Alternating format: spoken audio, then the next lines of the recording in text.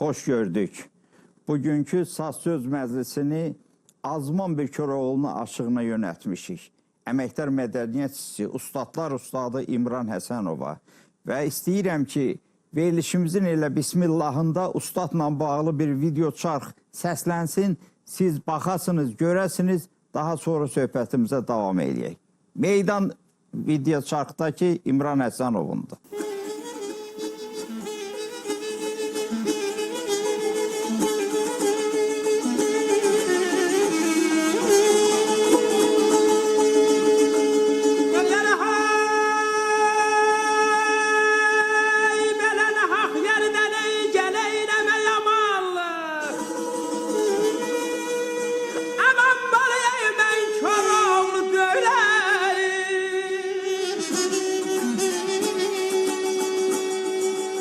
Belə yaxşılıq ey günüdür, aman bol mən Koroğlu döyləmə, döyləmə, döylə.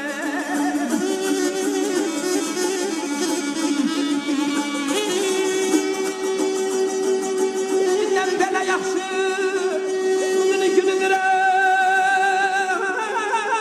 gel, gel, gel, gel, körükə balama, balama. Aman bol mən Koroğlu döyləmə, döyləmə.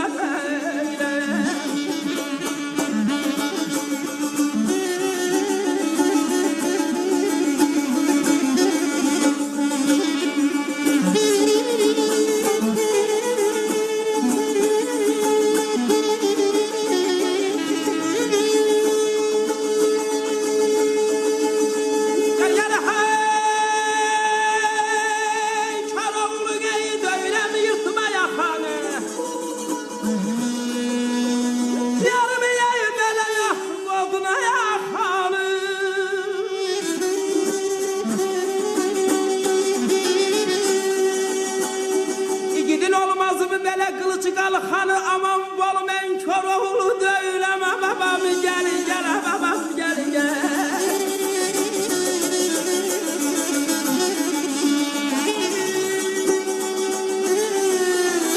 Gidin olmaz mı hay, qılıcı qalxanı gəl, gəl, gəl, gəl, körükə balama, babam, babam. Aman bol mən Koroğlu döyləmə.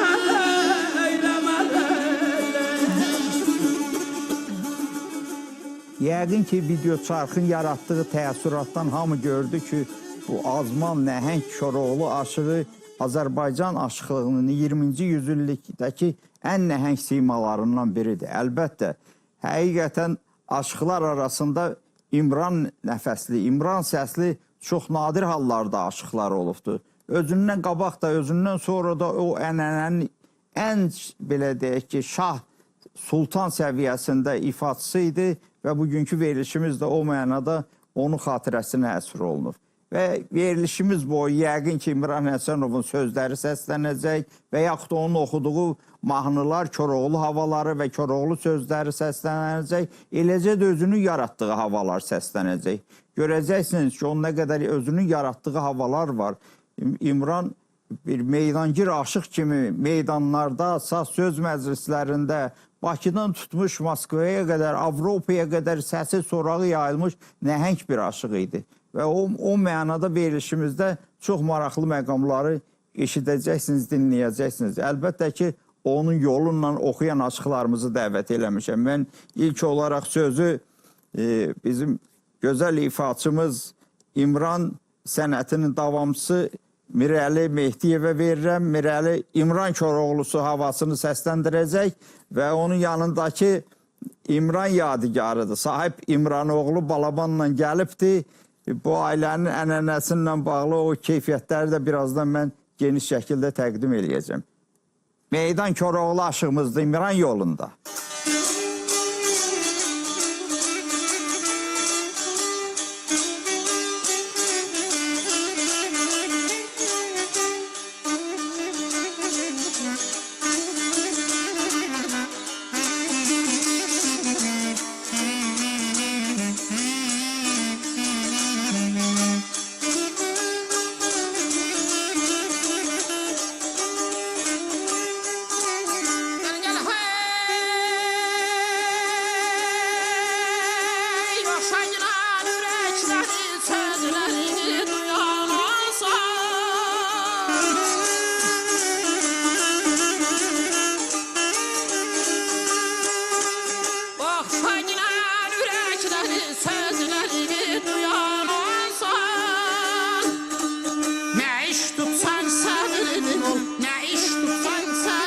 sevgilim ol, öz adına uyan olsun. Hadi hey! Ne iş tutsan sevgilim ol, ne iş tutsan sevgilim ol, öz adına uyan olsun, öz adına uyan olsun.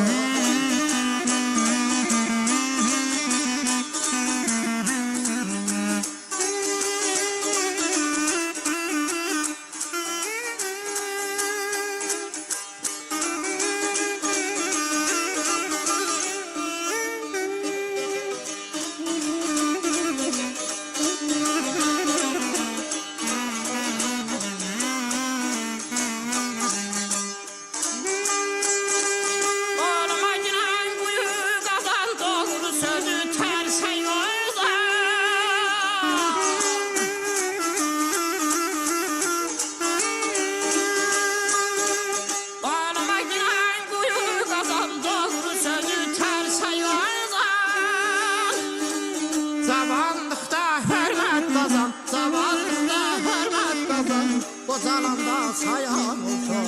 Hadi hey! Zavallıkta hürmet kazan, zavallıkta hürmet kazan. Kocalanda sayan olsun, kocalanda sayan olsun.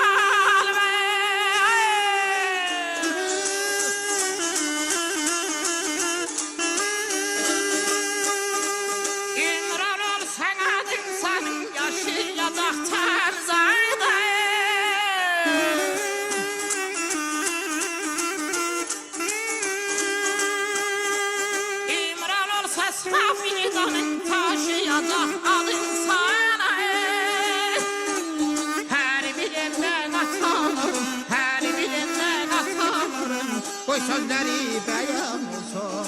Hadi hey! Hansı bilen atanır, her bilimden atanırım. Koy sözleri beyan olsun, koy sözleri beyan olsun. Çox var olasan, sən Aşıq İmranın şagirdi nə qulluq eləmişsən, Dəmir Vəliyevə rəhmətliyə. Və amma İmran ənənəsini, İmran yolunu o qədər gözəl mənimsənmirsən ki, sənə eşq olsun deyə. Ustad öz də əhsən deyərdi, var olasan. Oğlu da çox yaxşı dəstək verir, var olun, yolumuza davam eləyək, var olun. İmran Həsənov Göyçə nəfəsli aşıq idi. Ona görə Göyçə nəfəsli aşıq idi ki, doğulub başa çatdığı torpaq Ağbulaq idi. Və həmişə də özünü Ağbulaqlı İmran kimi xüsusi vurğulayırdı. Və bir çox mahnılarında, bir çox şeirlərində, hətta Ağbulaq adını da Saz havası da yaratmışdı özü. O doğma yurdunu. Amma sonra 10 yaşından etibarən o Tovuza köçmüşdü. Bütün həyatı boyu Tovuzda yaşadı və Tovuzun sənət aləmində, Tovuzda sazın, sözün irəliləyişində İmranın misli bərabəri yox idi. O mənada mən istəyirəm ki, bugünkü verilişimizdəki ikinci hava məhz İmranın özünün nəfəsindən, yəni dərvişi havasında çatdırdığı bir mahnıda olacaq və burada Ağbulaq vurğulanacaq. Onun doğma yurdu Nəbin Ağayev sazı sinəsində gəlib, Ələkbər qardaşımız da dəstək verəcək ona. Həmən dərvişi üstündə Ağbulağın əhvalatını bir səsinlə çatdırsın. Buyurun.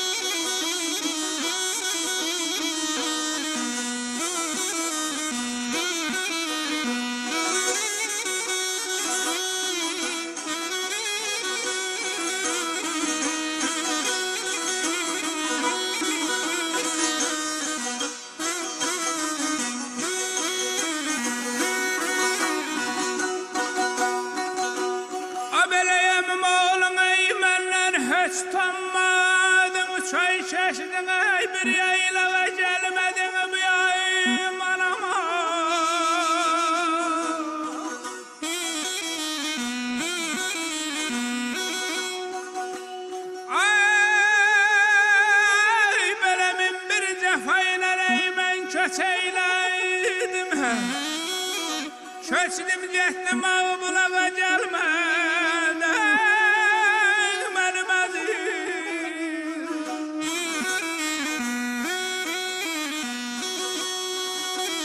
Abelemin bir cefayın eleyam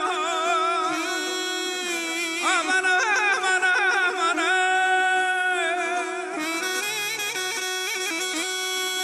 Anam aman aman aman aman aman Ceyran ölüm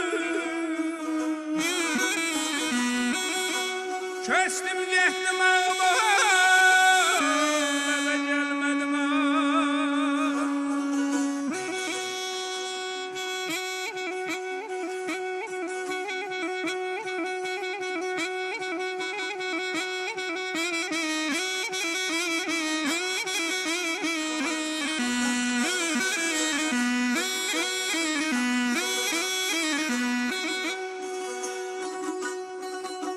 Abele mən sənin istədim ey Hamidə Nədir sən mənin eyledin Qul kimi kəniz ölürəm öldürmə məni müyayım anama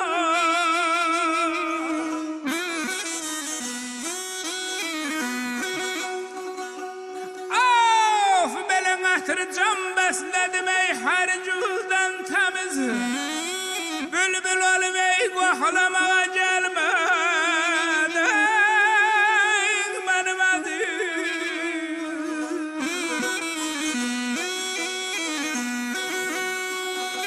Abele yəhtircəm bəslədim eynəyni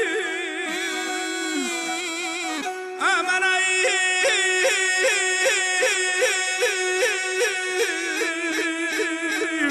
Elə hər güldən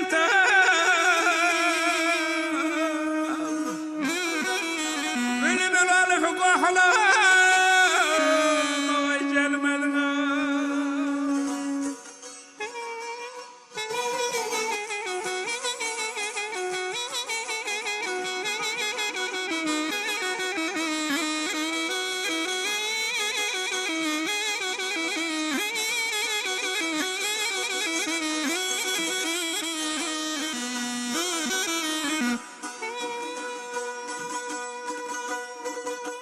Abele mənim adım ey Hamayıldır Hamaya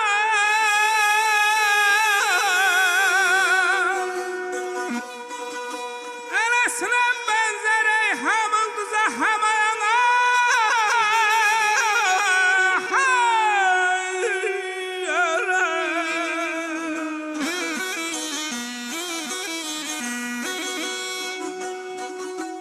Dedim ey mendesine verkin ey benzersin aya Zalim oğlun ey dizil kara gelmeden Benim adım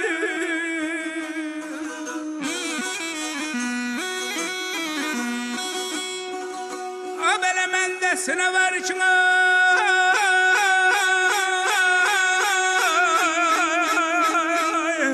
Ele benzersin aya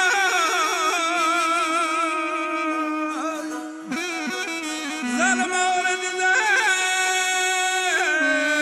Kara gelmedin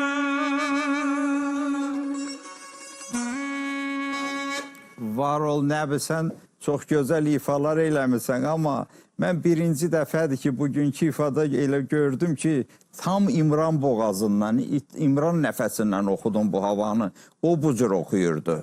Bu dərvişini məhz o bu cür oxuyurdu. O ənənəni yaşatdığın üçün var olasan. İmran Həsənov çox nəhəng bir aşığa qulluq eləmişdi. Məhərrəm Hacıyev, Göyçəli Məhərrəm. Bu dostluq, yaxınlıq onları illər boyu bir yerdə saxladı. İmran son anına qədər ustadına böyük bir məhəbbət göstərirdi və İmranın sənət aləminə gəlməyində o əvvəlcə balabançı olmuşdu. Məhərrəm kişinin balabançı olmuşdu. Məhərrəm kişi onun Koroğlu nəfəsini hiss edib onu aşıqlığa yönəltmişdi. Və biz sonralar İmranın simasını nəhəng bir Koroğlu aşığını görəndə dönüb Məhərrəm kişiyə minnətdar olurduq. Və bu gün də onların ruhu bir yerdədir və istəyirəm ki, burada İmranın oxuduğu çoxlu Koroğlu havalar var. Mümkün deyil onların hamısını burada səsləndirəsən. Yəni onlarla biri-birindən əzəmətli və gözəl havaları səsləndirib İmran. O havaların ən seçmələri bugün təqdim olunacaq.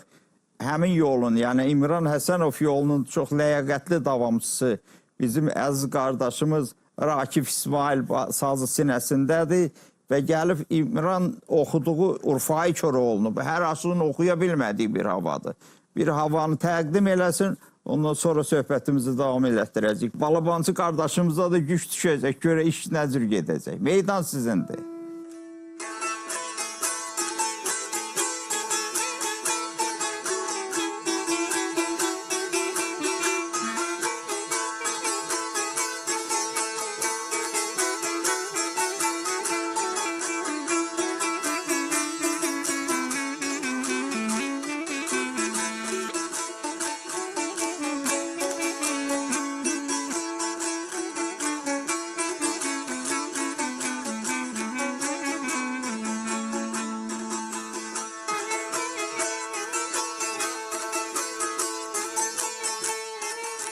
Koşun geldin ailelere dört yanımızın aldına.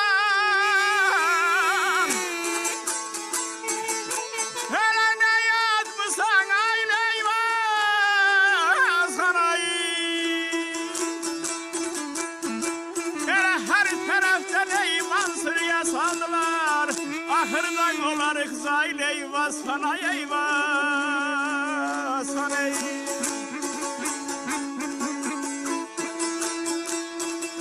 Her taraftan böyle bansırıya saldılar. Ahırdan olarık zahil eyvah sana eyvah sana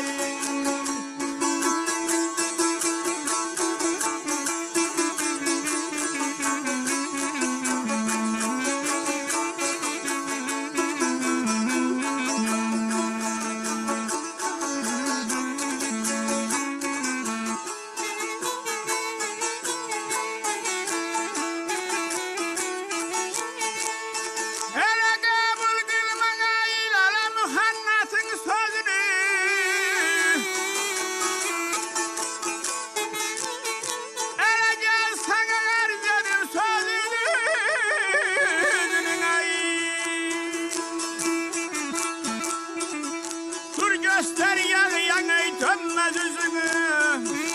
Ahırdan olanın zahil eyvah sana eyvah sana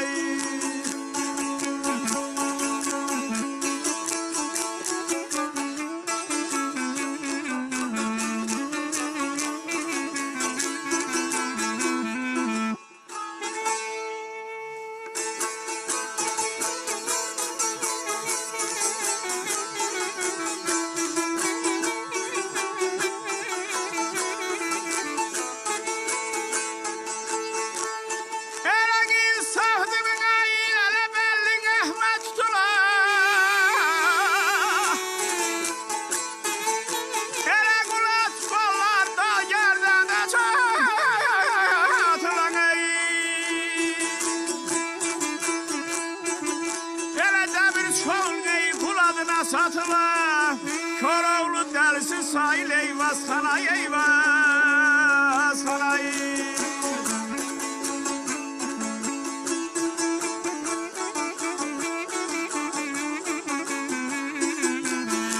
Hele demir çoğluna böyle kuladına satıla Koroğlu delisi sahil eyvah sana eyvah sarayı.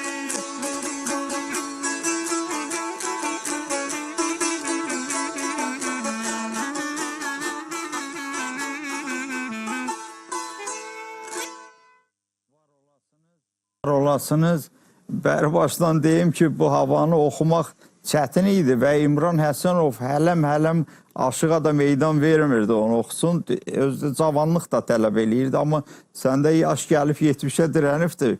Koroğulluğu yerində saxlayırsan, var ol günan. Balabancımız da yarıtdı inşallah, var olun həmişə. Canınız sağ olsun. Var olun. Məhrəm müəllim, mən deyərdim ki, Allah rəhmət eləsin cəmi ölən ustadlara, qalanlara can sağlığı. Mən öz fikrimi deyim ki, Aşıq İmran anadan olanda Koroğlu üçün doğulmuşdu. Doğrudur. Var ol. Elə Və sən də. Koroğlular da Aşıq İmran üçün yaranmışdı. Var ol canım. Var Allah ol. rəhmət eləsin. Var Sağ ol. ol. Var ol.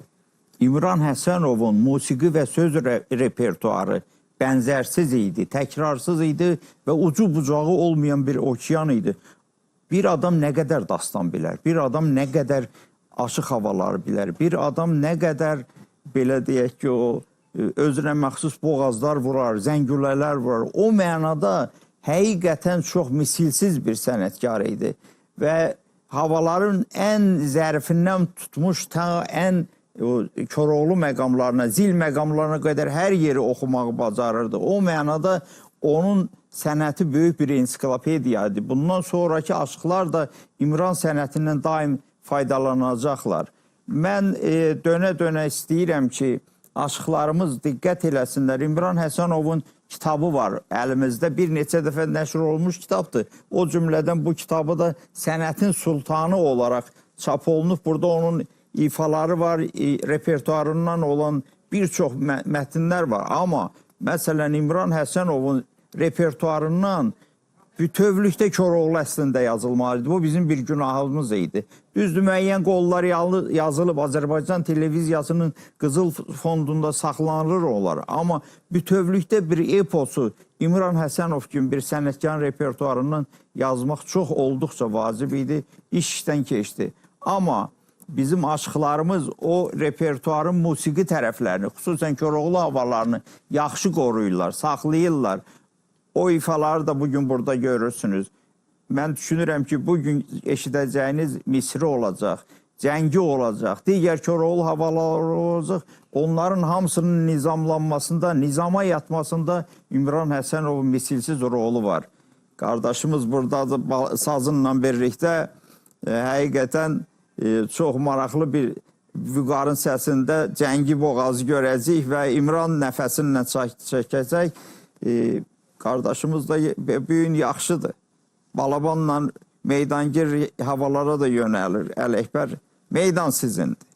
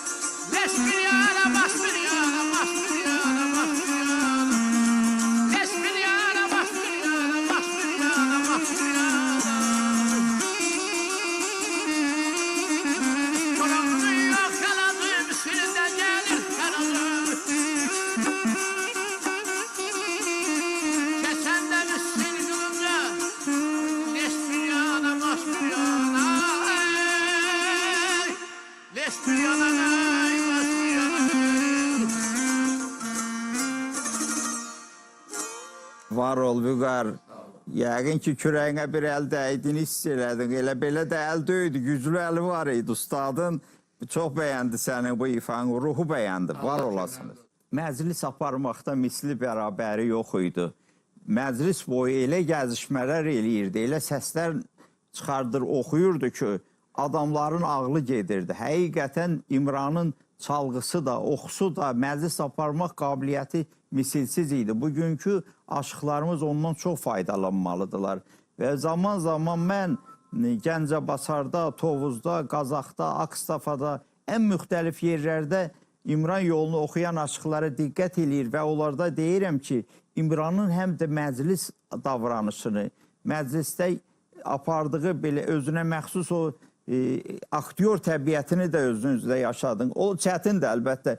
Bəzən məclisdə elə hərəkətlər eləyirdi, ifa eləyəndə, oxuyanda elə qəribə bir davranışlar eləyirdi, özünə məxsus çox böyük ustalıqla cəmaata böyük ləzzət eləyirdi. Bunları bugün gerçəkləşdirmək xeyli dərəcədə çətindir, amma İmran yolunu, İmran nəfəsini aşıqlarımızın səsində eşitdikcə adam çox sevinir. Akstafadan gələn bizim istedadlı aşığımız Rauf'u görəcəksiniz, Rauf İsmail. Bir İmran yolunda bir Laçını Koroğlu oxusun görək İmran nəfəsini nə cür qoruyur. Meydan aşığımızındır.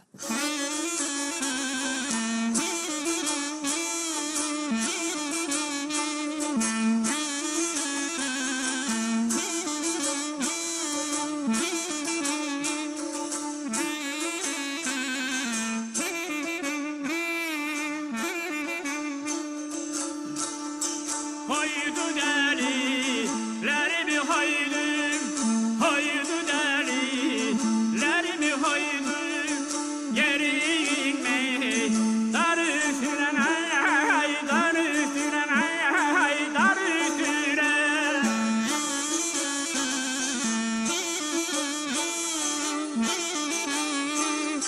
Havada şigar şahit kimin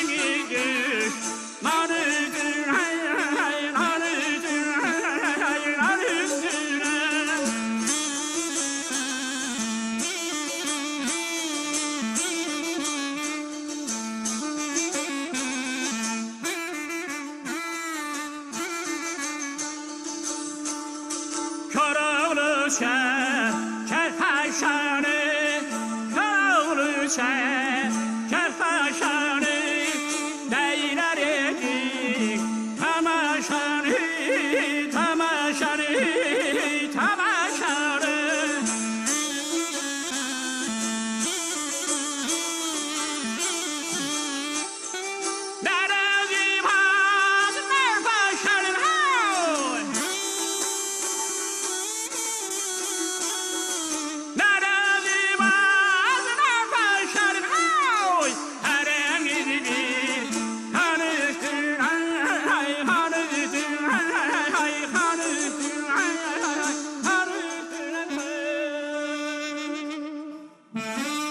Əhsən, həqiqətən Çox İmrana məxsus o incəlikləri də mənimsəmirsən. Allah da gözəl bir sənin səsinə imkan veribdi.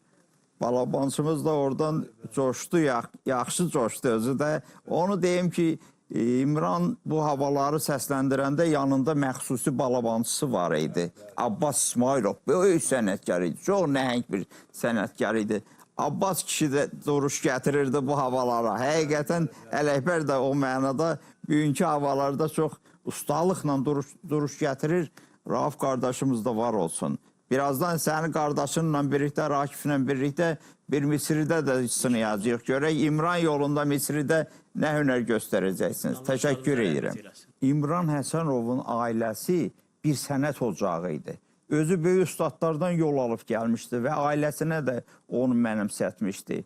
Övladları, oğulları, qızları, hətta xanımı belə sazın sözün ruhu içərisində idi. Və bu səbəbdən də o yaratdığı bir çox havalara təkcə öz adını yox, həm də ailə üzvlərinin adını. Məsələn, sahibi havası var idi. Qardaşımızı görürsünüz, Balabançı onun adına qoşmuşdu.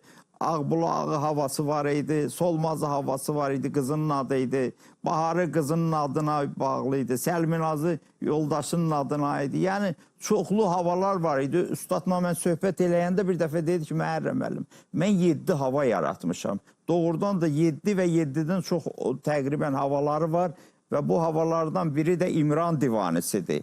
İmran divanisi hamının tanıdığı bir havadır və məclislərdə dönüb-dönüb oxunan bir havadır.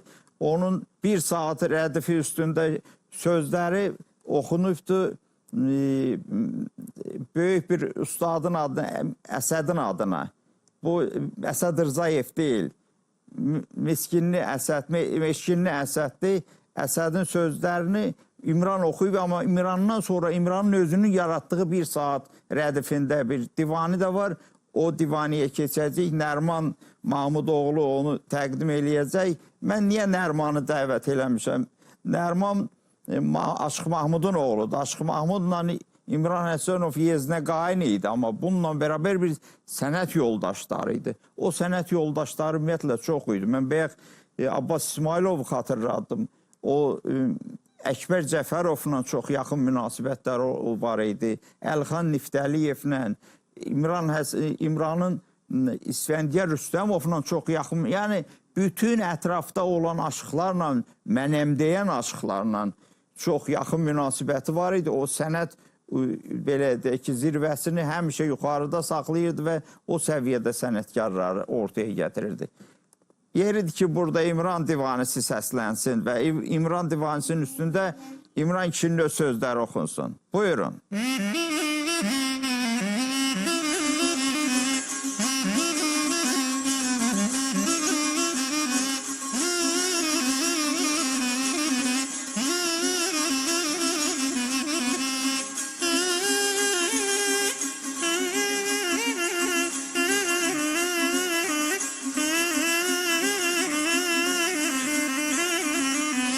Akşam sabah yalvarıram, geçirəm bir saat.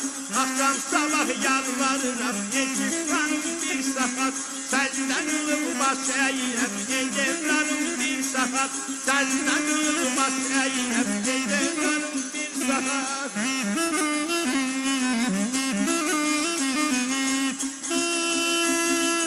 Alan sənsən, verəm sənsən, hər bəşərə varlığı. Hey, hey, hey. Alan sənsən, verəm sənsən, hər bəşərə varlığı. Səndən başqa bir kimsəyə yox gümanım bir saat. Səndən başqa bir kimsəyə yox gümanım bir saat, bir saat.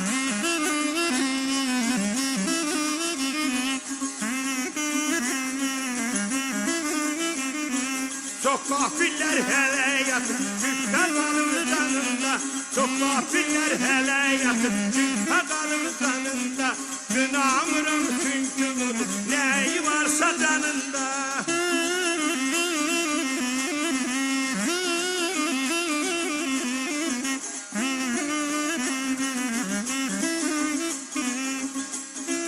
Günde neçə təşbih olur saatın yanında. Hey!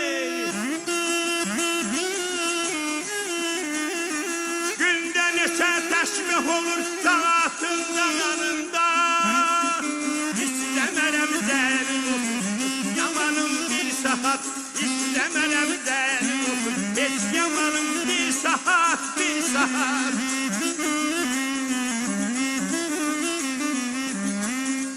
Benim ranam bu dünyada bir varlıktır imzadır Benim ranam bu dünyada bir varlıktır imzadır Gurbet alır yalnızlığına son şöhretim hem adım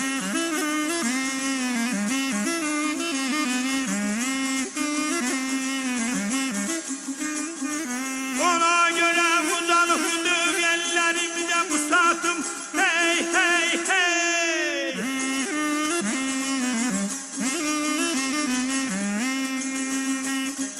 Ona göre uzanıktır ellerinde bu saatim Hey Nece canım yaradan yaradım bir saat Nece canım yaradan yaradım bir saat Nece canım yaradan yaradım bir saat Var olasan sahip bilir, onun atası birçok beynəlxalq festivallarda qızıl medallar gətirmişdi. O ailədə o qızıl medallar indi də qorunub saxlanılmaqdadır və onu da deyim ki, Mahmud kişi də, İmran da həqiqətən həm yaxın qohumuydular, xala uşaqlı tərəfləri də var idi. Yeznə qaynlıqdan əlavə, həm də sənət yoldaşı kimi misilsiz idilər. Camaat həmişə onların ədəb ərkanından, özlərinin məclislərdə aparanda göstərdikləri o yüksək keyfiyyətlərdən həmişə danışırdılar. O keyfiyyətləri də inşallah sizlər davam etdirəsiniz. Var olun. Bugün məclisimizdə bir çox məsələlərə toxunmuşam. O cümlədən İmranın övladlarından, sənət yolunu davam elətdirənlərdən danışmışam və haqqında bilgilər də təqdim eləmişəm. Bir də bugünkü bu meydana bir saz gəlibdi. Mirəli qardaşımızın sinəsindədir. İmran Həsənovun sazıdır. Sədəfli bir sazdır. 1966-cı ildən üzü bu yana yol gəlmiş bir sazdır və bugün bu saz Nəfəs Almaz Koroğlu ilə meydana çıxır. İmranın nəfəsinlə ortaya çıxır. Və balabançı da görə İmranın o sazınla nə eləyəcək? Nəfəs Almaz Koroğlusuna görə hansı belə deyək ki, ovqatı gətirəcəksiniz? Mirəli meydan sənindir.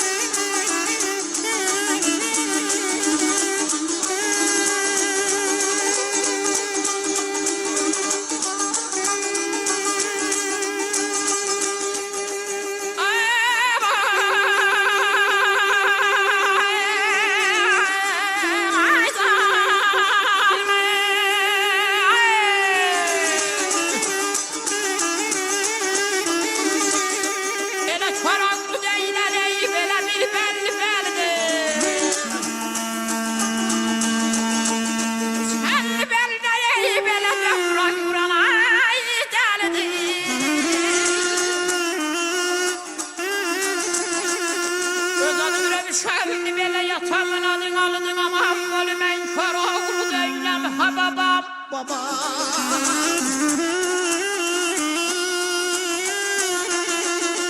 Ben adım üre düşendi. Atamın gel kör babam baba.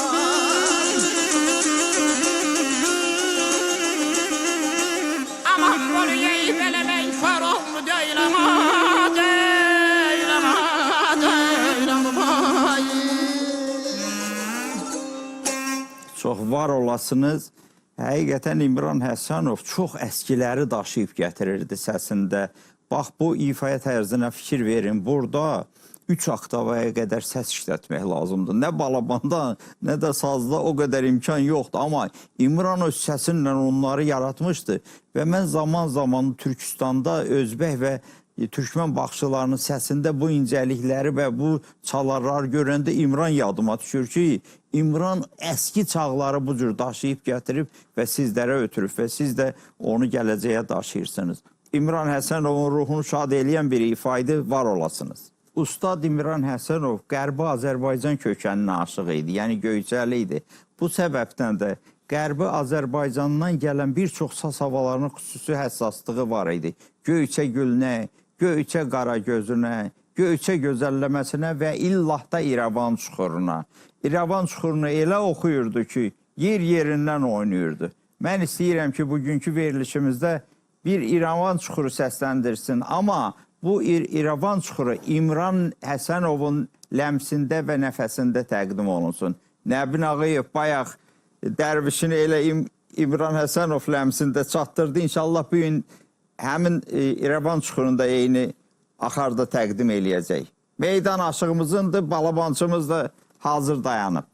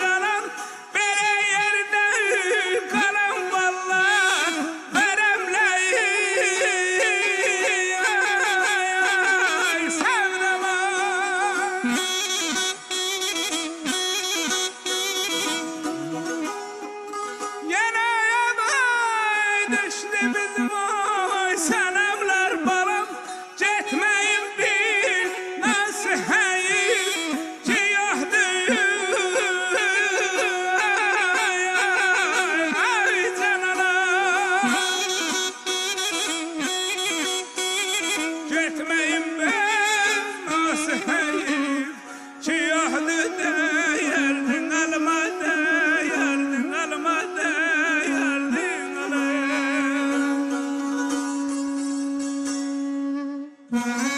Var olasınız. Yadımdadır 90-cı illərin ortalarında ustadla söhbət eləyirdim. Bu havadan da söhbət getdi. Dedi ki, o sözlər, Vaqifin o sözlərini mən illər öncəsi Şuşada Vaqifin 250 illik yubileyində oxumuşam. Və ixfət eləyirdi ki, bugün meydan o meydan deyil ki, Vaqifin qabağında, o məqbərənin qabağında gedəm onu oxuyam. Bugün onun ruhu şaddır ki, Vaqif sözləri burada səslənilir və Şuşa dəyişidir. Yəni Şuşadakı Vaqif məqbərəsində səslənən bu İrəvan çuxuru bugün yenidən o məqama gəldi. Qoy ustadın ruhu şad olsun, sizin də canınız sağ olsun. Ustad İmran Həsənova həsr olunan veriliş ola və o verilişin sonunda bir misri səslənməyə əlbəttə ki, mümkünsüzdür. O səbəbdən də biz verilişimizi məhz misri ilə yekunlaşdıracağıq. İmran boğazında, İmran nəfəsində olan bir misrini Rauf və Rakif qardaşları təqdim eləyəcək. Ələkbər qardaşımıza bugün güc çox düşsə də Misriyə də özünü kökləyəcək. Qoy İmran kişinin ruhu şad olsun. Böyük ustadın, unudulmaz ustadın, əzəmətli ustadın ruhu şad olsun. Sizlərin də canı sağ olsun ki, sazımızı, sözümüzü elə İmran nəfəsindən sabahlara daşıyasınız. Meydan sizin.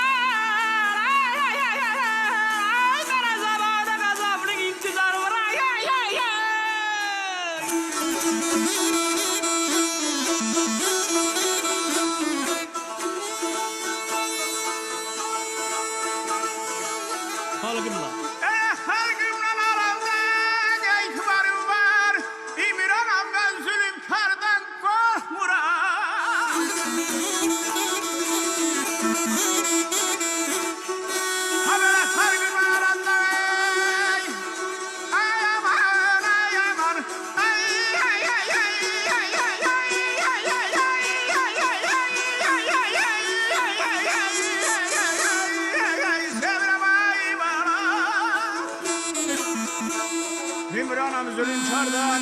Korkuram ay ay ay ay ay. Deden ölmey.